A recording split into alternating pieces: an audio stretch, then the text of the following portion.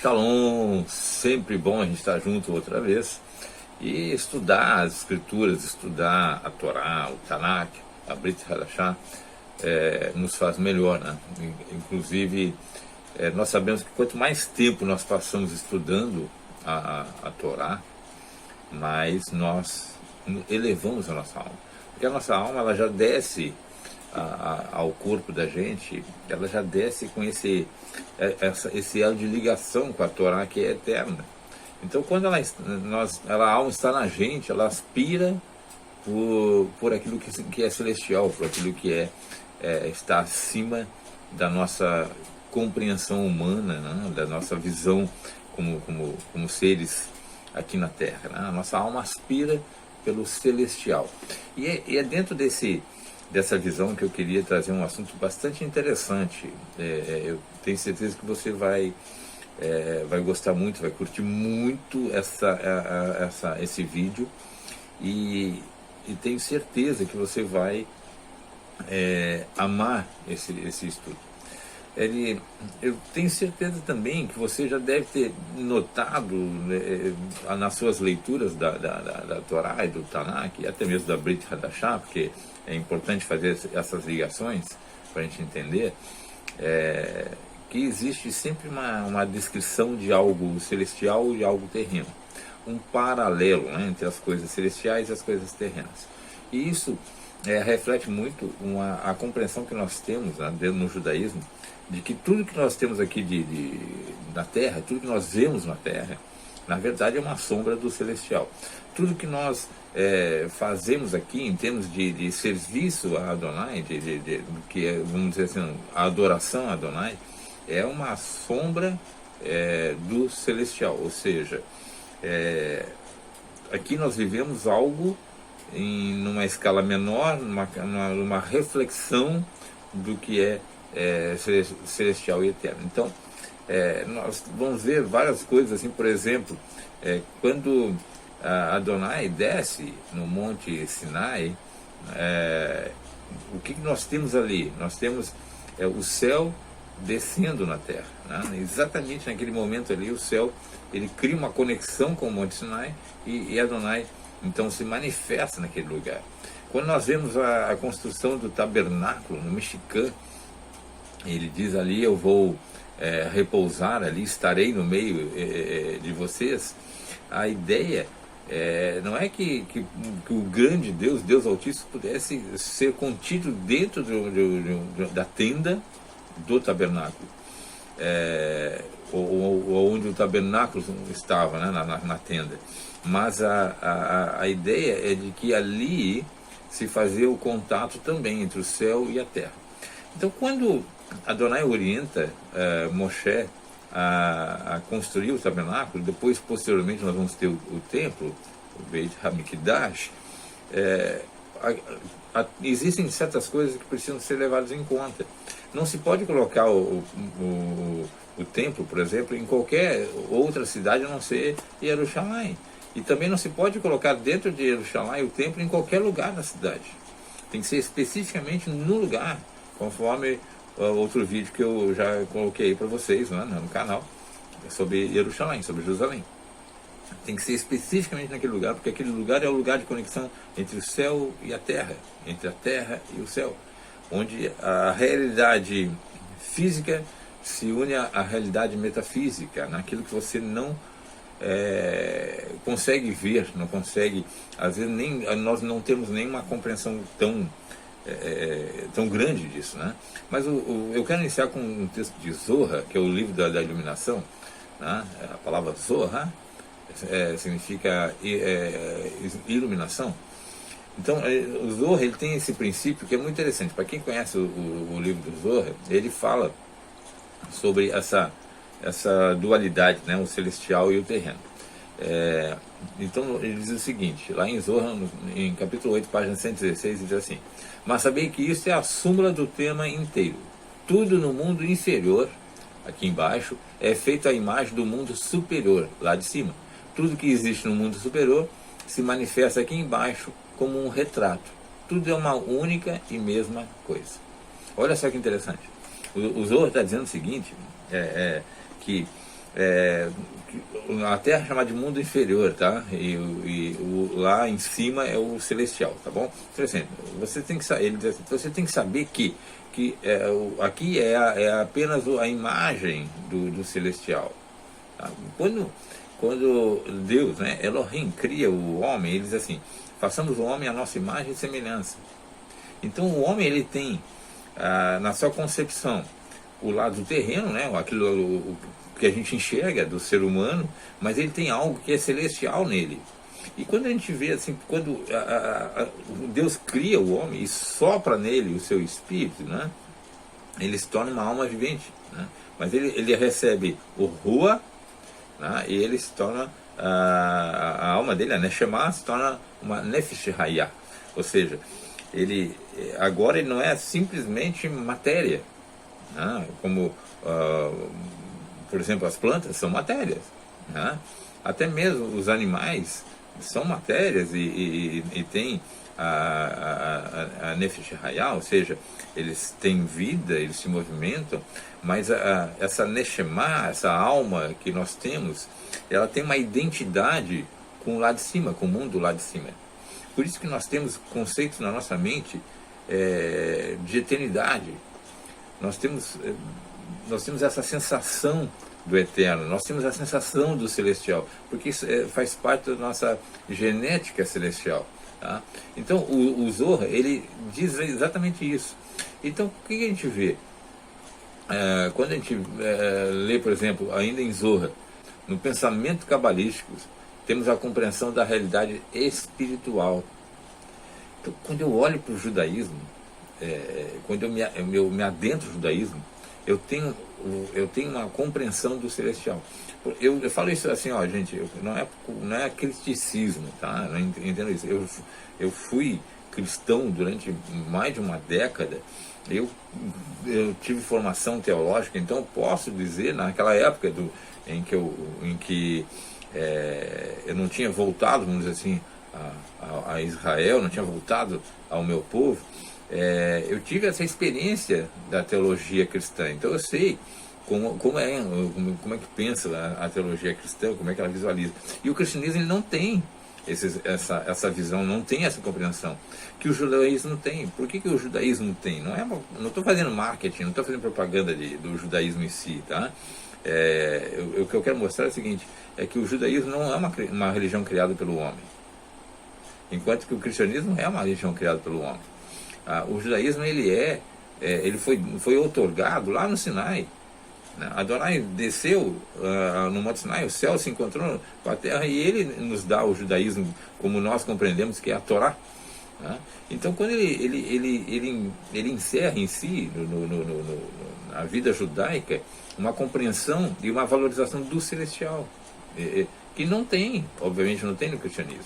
E aí eu quero mostrar para vocês alguns jogos de palavras aqui, para você entender do que eu estou falando. Quando a gente pega lá em Êxodo 25, verso 9, conforme tudo que eu te mostrar para modelo do tabernáculo e para modelo de todos os seus vasos, assim mesmo o fareis.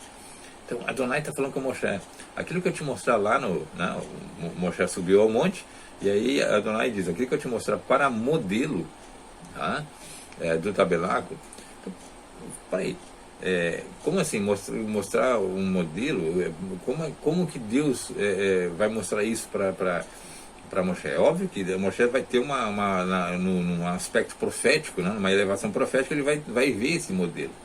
Mas por que Adonai está dando um modelo explicitamente ali para Moshe, para que seja construída, né? Notem que o tabernáculo não foi construído pela cabeça de Moshe, ou por qualquer artesão, ou por qualquer concepção artística, por mais bonito e elevado que fosse.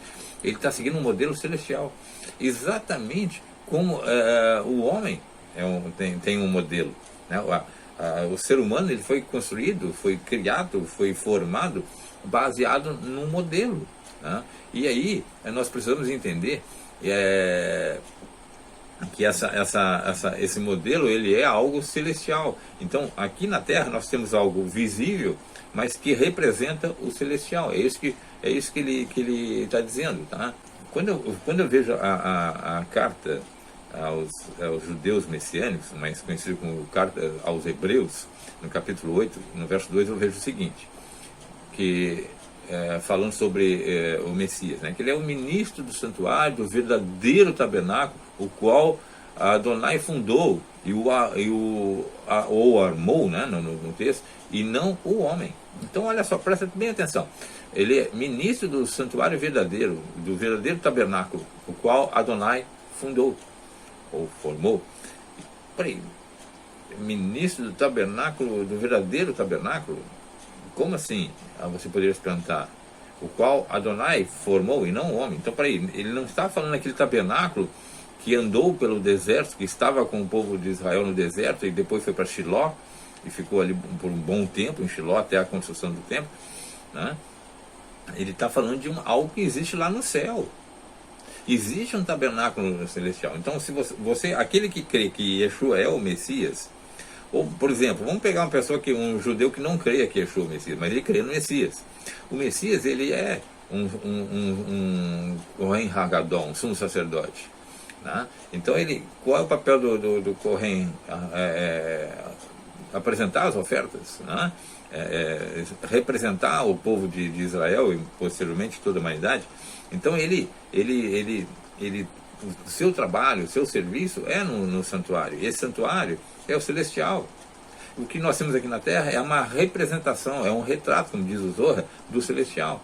No verso 5, nessa mesma carta aos Hebreus, diz assim: os quais servem ao exemplo e à sombra das coisas celestiais, como Moshe divinamente foi avisado, estando já para acabar o tabernáculo, porque foi dito: olha, faze tudo conforme ao molde de que no monte te foi mostrado. Então, quando eu analiso esse versículo ali, eu vou ver ali Demut, né, que é a imagem, né? Eu vou olhando as expressões do hebraico, eu vejo assim, Lidemut, né? Demut vem de Dumá, que é parecido, semelhante, que é uma figura, né? Então ele está falando exatamente isso no hebraico, assim, olha, isso aqui é parecido, né? Ele é semelhante ao que tem no céu, é isso que ele está dizendo ali, né? E ele fala assim, Vetzel, né? Que em hebraico é sombra. Mas o que é a sombra? Se eu andar na rua, o sol me contemplar ali, me iluminar, eu vou projetar a minha sombra. Qualquer pessoa, até eu mesmo, vou olhar a sombra e vão me reconhecer ali, certo? Qualquer pessoa vai dizer que ali é a sombra do Pedro, né? Por quê? Porque essa sombra, ela me representa, mas não sou eu, mas ela. Então eu estou andando e a sombra também está andando. O movimento que eu faço, a sombra faz. Mas ela não é eu, ela me representa, ela é uma figura do que eu sou. Tá? Isso que ele está dizendo aqui, o tabernáculo terrestre, ele é a sombra do verdadeiro tabernáculo, do celestial. E ele fala ali, né, Hadevarim, Sheba Shamayim, né, ou seja, ele aqui Hadevarim é como se fossem as coisas, né, traduzido como coisa, porque a palavra coisa não existe no hebraico, né, mas Hadevarim, Sheba Shamayim, ou seja, ele representa as coisas do céu, que ele está falando aqui em hebraico, né, e aí ele vai mais, né, ele vai dizer que ali é o Mishkan, né? No texto em hebraico que eu vou mostrar para vocês. O que é Mishkan? Mishkan é traduzido como tabernáculo, certo? Mas quando eu vou pegar a palavra Mishkan, eu vou ver no hebraico, no contexto da palavra hebraica, na sua raiz hebraica, eu vou ver que ela contém a palavra Shekhinah, que é a manifestação da glória de Deus. Então o que é o Mishkan? O que é o tabernáculo? O tabernáculo é um lugar onde é tão sagrado que é o lugar onde se manifesta a glória de Deus. É isso que ele está dizendo ali. Eu quero que você preste atenção num outro vocábulo muito interessante que está aqui no texto em hebraico. Ele diz assim, ó, Eva ze hakol betavenito. Esse ire, ele vem de a ideia de examinar, de olhar, de olhar e examinar com minúcias, né? Então o que ele está dizendo aqui no texto? Que esse tabernáculo, o terrestre, ele é a figura, ele é a sombra do celestial, onde eu tenho a chance de ver, né? Vamos dizer assim, com os olhos humanos, é claro, né? Com o olhar humano, com o olhar físico, eu tenho a chance de olhar o celestial. Tá? Então vejam que tudo é representação do celestial. Então, se eu tenho essa representação do celestial, olha onde eu vou parar. O Kohen Hagadol, o Kohen, o sumo sacerdote, também são figuras do sumo sacerdote e dos sacerdotes celestiais. A morada divina representa, aqui na Terra, representa a morada divina celestial. O sistema de juízes na Terra, o juízes que eu falo em Israel, né, a corte judicial, que forma o Sanhedrin, o Sinédrio, eles também representa os juízes no céu. Isso a gente vê isso nos textos, né? Que juntaram-se os juízes no céu e o ancião de dias, lá, a gente vai ver isso no texto mais adiante, preside esse tribunal celestial. Então esse tribunal celestial, ele tem uma sombra aqui na Terra, que é o Sanhedrin. Tá? Então é muito interessante. E quando eu pego o texto de Bereshit, né, no princípio criou Deus os céus e a terra, capítulo 1, verso 1, ele já inicia assim, Bereshit, né, que é no princípio, mas também pode ser traduzido para o princípio, né, para o princípio criou Deus os céus e a terra, né, então ele está anunciando. Aí eu vou lá, faço um gancho com a Brit Hadashah, um texto que eu ainda vou trabalhar com vocês um dia num vídeo, para vocês entenderem quem é Yeshua.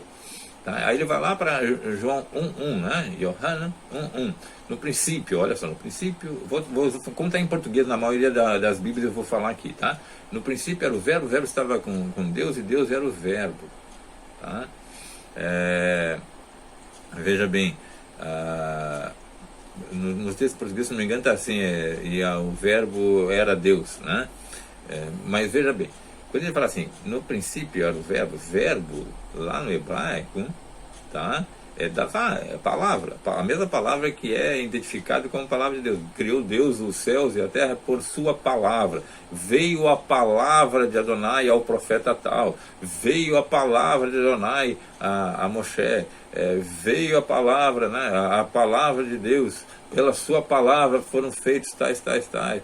Essa mesma palavra, Davá, está sendo exaltada nesse versículo, né? Então, assim, lá em Bereshit já era a Davá, né? Ou seja, a própria palavra do Bereshit, do início que estava ali. E ele estava com Deus, a ideia de conexão, né? com Adonai. Ou seja, a palavra não se separa de Adonai, porque ela é a própria expressão, a próxima manifestação de Adonai, né? E aí diz assim, e a palavra... No texto português assim, e o verbo era Deus, só que no texto original, no texto aramaico, e tanto no hebraico, diz assim, e Deus é a palavra.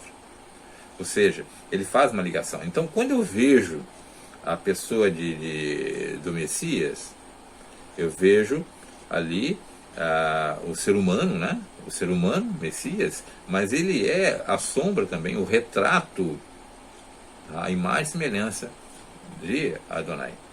E aí que eu quero que você comece a entender mais, porque, volto a dizer, o celestial está representado na Terra por um retrato, por sua sombra, por sua figura, por sua semelhança, por sua similaridade. O mundo superior está representado no mundo inferior.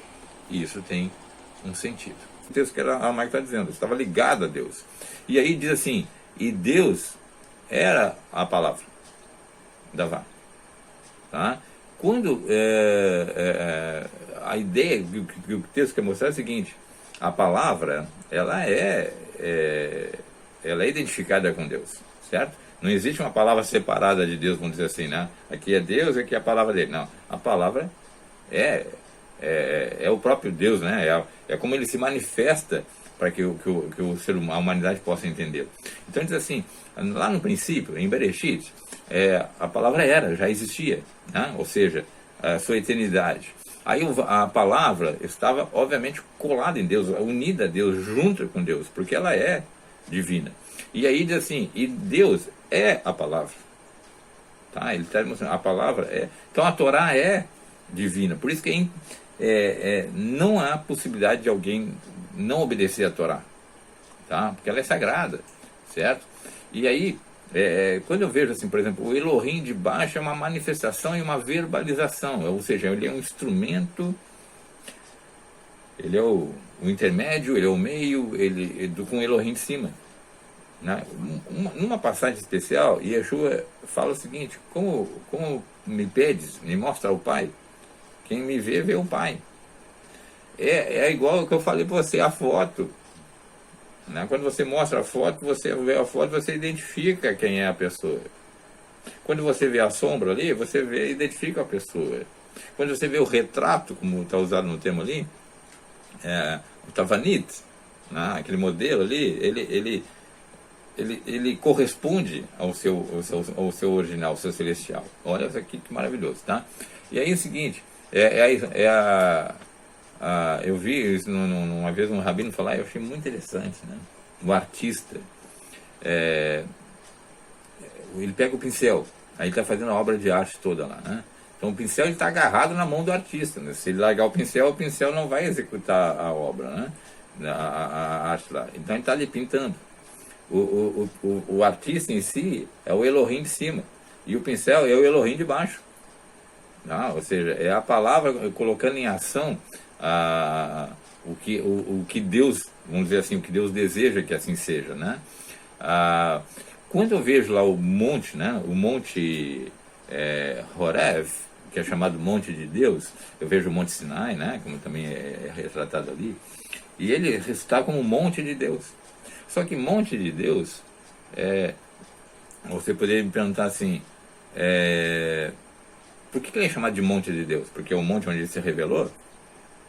Né? O monte de Deus corresponde ao monte de Deus celestial. Essa é a ideia. Lembre-se do que diz o Zohar: o que tem em cima tem embaixo.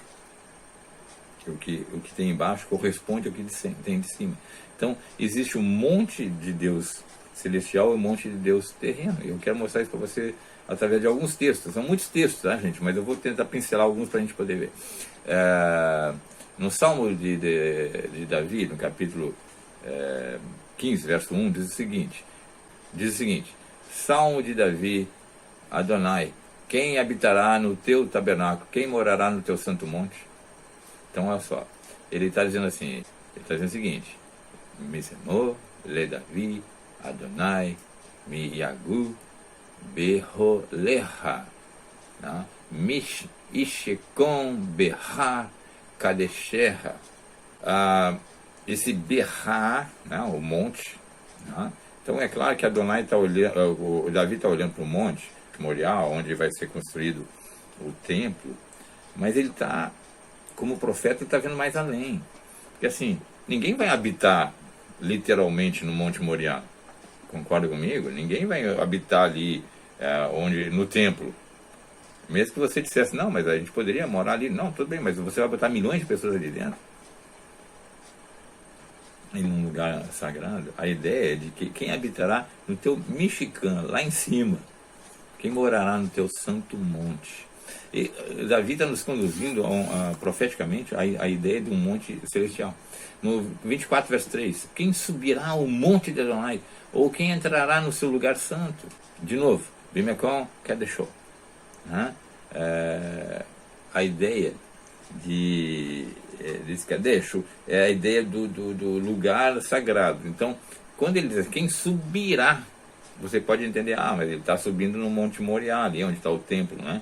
Mas ele dá uma visão muito mais celestial, né? No Salmo 43, 3, ele diz assim: envia a tua luz e a tua verdade, para que me guiem e me levem ao teu santo monte e aos teus tabernáculos. Olha só, Veu Mishkenoteiha, ou algumas pessoas pronunciam Teika, né? Mas esse K puxa e o R fica pro ladinho, né? Esse é Mishkenoteiha. A ideia de tabernáculos celestiais. O que Davi profeticamente está falando é sobre essa existência desse tabernáculo, né? E aí nós vamos mais ainda. Ele diz assim: com minha voz clamei a Adonai, ele ouviu-me desde o seu santo monte. Aí diz, bom, então pode ser ali o Monte Moriá, para ele estar orando em direção ao templo e ao lugar da santidade, o lugar, o Macon, né, o lugar onde está ali o sagrado, né? O tabernáculo, vamos dizer assim, né? Mas veja aí no verso 17: e vós sabeis que eu sou Adonai vosso Deus, que habito em Sião, o monte da minha santidade, e Jerusalém será santidade, será santidade. Estranhos não passarão por ela. Então ele está agora localizando, né? Meu monte está ali, em Sião, e é Jerusalém, meu lugar de santidade, vai ser conhecido como santidade, ou seja, lugar sagrado. Lembra que a palavra santidade tem ideia de transcendência, você transcende a terra para o céu, tá? No Isaías, né, Yeshayahu, capítulo 6, verso 1: no ano em que morreu o rei Uzias, eu vi Adonai assentado sobre um alto e sublime trono, e o seu séquito enchia o templo. Então ele está olhando agora, para aqui, gente, olha o que ele está falando no texto. O Isaías tem uma visão profética, né? E ele vê Adonai sentado no trono, né? Ele diz assim: e enchia o seu templo, né? O seu séquito enchia o seu templo. Então ele está vendo o templo celestial, tá? Nós temos aquela passagem que fala dos anjos que cobrem o rosto, né? Tem 6 asas, né? Então, devido ao lugar ser especialmente sagrado, tá?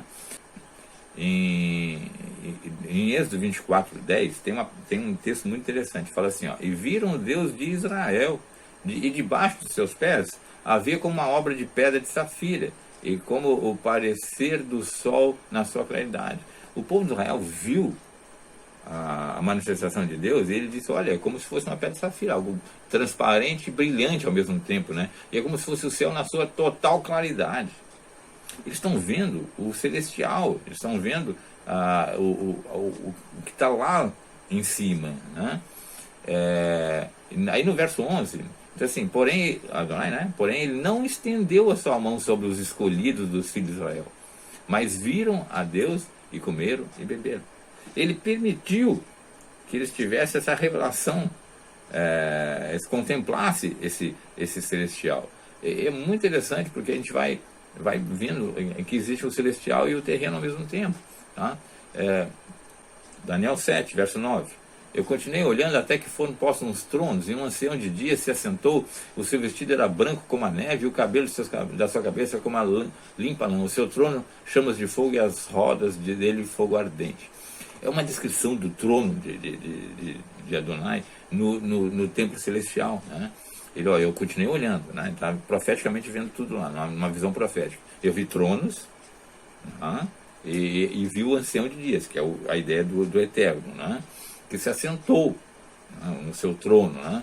E aí ele está vendo, contemplando o templo celestial. No verso 10: um rio de fogo manava e saía de diante dele, milhares de milhares o serviam, milhões de milhões estavam diante dele. Assentou-se o juiz e abriram-se os livros.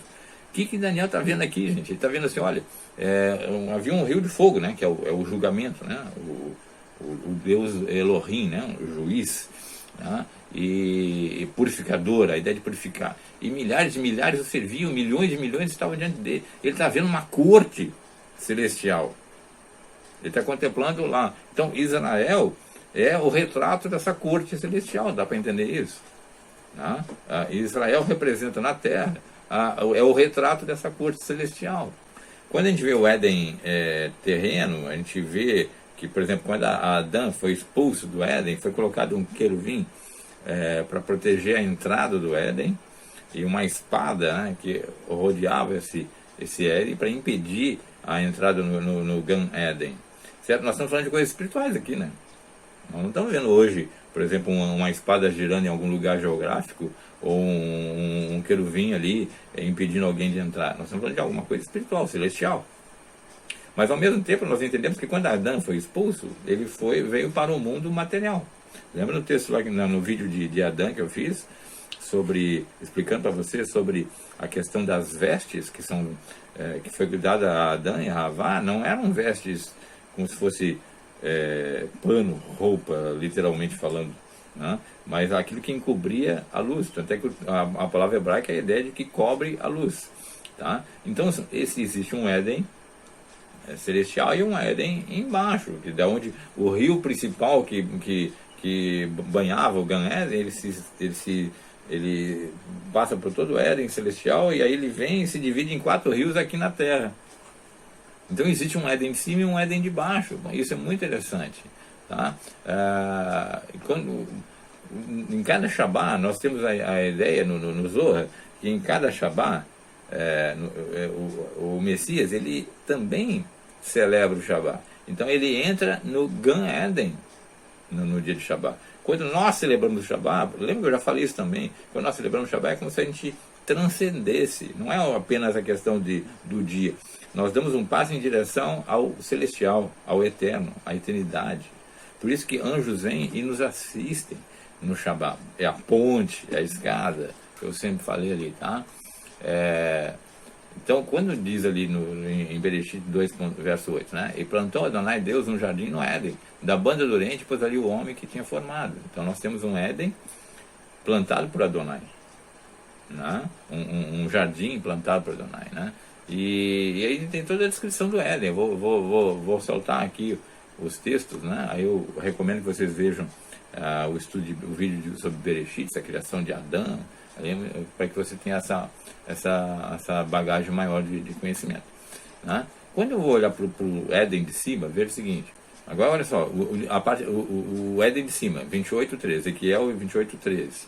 Estavas no Éden, jardim de Deus, toda pedra preciosa era a tua cobertura, e sardônio, topázio, diamante, a turquesa, o ônix, o jaspe, a safira, o carbúnculo, a esmeralda e o ouro. Obra dos teus tambores e dos teus pífaros estavam em ti, no dia em que fosse criado, foram preparados. Ele estava no jardim de Deus. É Gan Elohim em hebraico.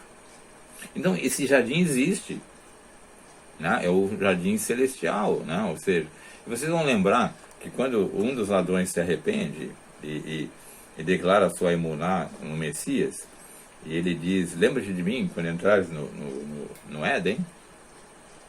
E Yeshua diz para o ladrão, hoje mesmo estarás comigo no Éden. Não é na terra, certo? É o Éden celestial, porque o ladrão morreu. E ele estaria lá e onde o próprio Yeshua entraria, né? Agora, olha Apocalipse 2:7. Quem tem ouvido, ouça o que o Espírito diz às congregações. Ao que vencer, dar-lhe-ei a comer da árvore da vida que está no meio do paraíso de Deus, de Gan Elohim. Ele está literalmente dizendo que existe esse Gan Elohim, esse jardim de Deus, e que é celestial, não é terreno.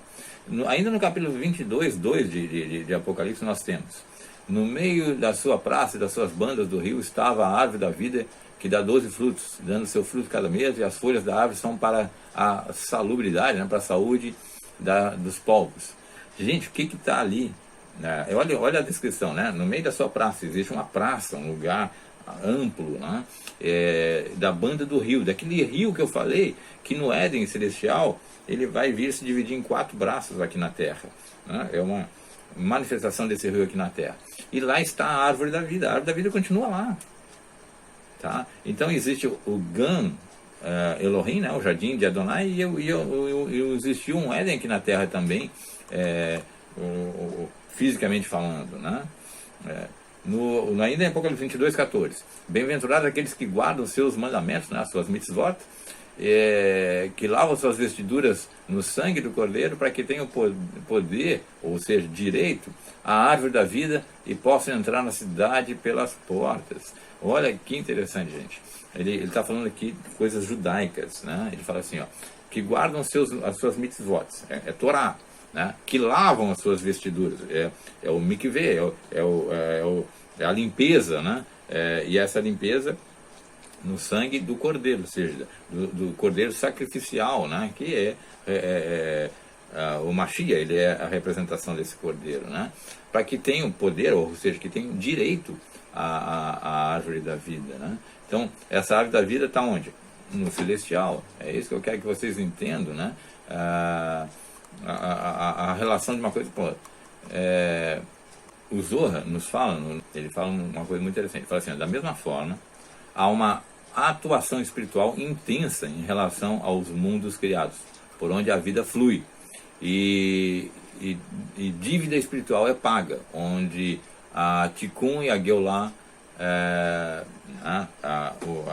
o reparo, né?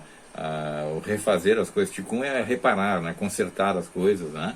E a Geulah, essa redenção, essa libertação, né?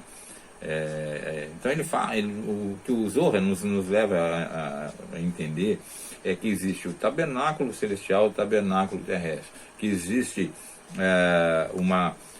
os juízes celestiais, uma corte, né? Um sinédrio celestial e um sinédrio terrestre, que existem um trono celestial e um trono terrestre, que existe um rei celestial e que existe um rei terrestre. Por exemplo, o rei Davi.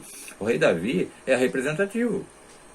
O Davi, ele representava o reino celestial, por isso que ele era visto como um homem segundo o coração de Adonai, porque ele correspondia a essa... Ele era um retrato, vamos dizer assim, humano, é claro, né, com falhas, mas ele era um retrato do rei celestial que é Adonai, né? Quando eu vejo lá em Números, no capítulo 9, verso 15, e no dia de levantar o tabernáculo, no Mishkan, a nuvem cobriu o tabernáculo sobre a tenda do testemunho. A tarde estava sobre o tabernáculo, como uma aparência de fogo até amanhã, né, até o dia seguinte. Então ele fala o seguinte, o Mishkan, olha que interessante aqui, né? Você tem o tabernáculo já representativo, né? Um retrato do tabernáculo celestial. E aí fala que naquele momento em que foi erguido ali, a nuvem cobriu o tabernáculo. E aí isso é muito interessante, porque a manifestação, aquele tabernáculo ali terrestre, ele foi considerado como uma representação perfeita do tabernáculo celestial. Tanto é que a glória, a Mishkan, a Shekhinah se manifestou no tabernáculo terrestre, ou seja, ele fez contato entre o cima e o baixo. Então o tabernáculo terrestre, retrato do tabernáculo celestial, a manifestação divina, que existe constantemente no tabernáculo celestial, ela se manifestou no tabernáculo terrestre, né? E isso nos leva então a pensar, a ligar esses pontos todos, tá? Então, são muitos pontos, mas eu queria que você entendesse exatamente isso, que existe um sumo sacerdote na terra e existe um sumo sacerdote celestial, que é o Messias, que ele cumpre o papel de Kohen Hagadol, e um retrato na terra é um Kohen Hagadol. Só que, como diz o texto de Hebreus, eles eram falíveis, eles morriam, precisavam ser substituídos. E lá em cima não, lá em cima nós temos um Kohen Hagadol eterno. Nós temos a representação, a intermediação, o mediador, né? O Kohen Hagadol era o mediador aqui na terra. O Kohen Hagadol celestial, ele é o mediador eterno entre céus e terra, né? Nós temos uma corte judicial na terra. Notem lá que vários textos da Bíblia mostram, né, que existe essa corte judicial, né? Ali o Daniel 7 mesmo, né? Viram-se tronos, se sentaram os juízes na corte celestial junto com o rei para julgar os reinos da terra, ou seja, julgar a humanidade. E nós temos representativamente o Sinédrio, o Sanhedrin, que é a corte representativa da celestial. E não é à toa que são 70, porque 70 é a representação do celestial, número 7 vezes 10, a totalidade, né? O 7 é o número perfeito e 10 a completude, né? Então nós temos o 70 representa a corte celestial na terra, por isso que eles tinham que ser extremamente reverentes, sérios, perfeitos aqui na terra para tomar essas decisões. A gente viu que muita coisa aconteceu de errado, mas era uma representação da corte. E era 71, por que era 71? Eram 70 juízes mais um que era o Moshe. Moshe também é um mediador.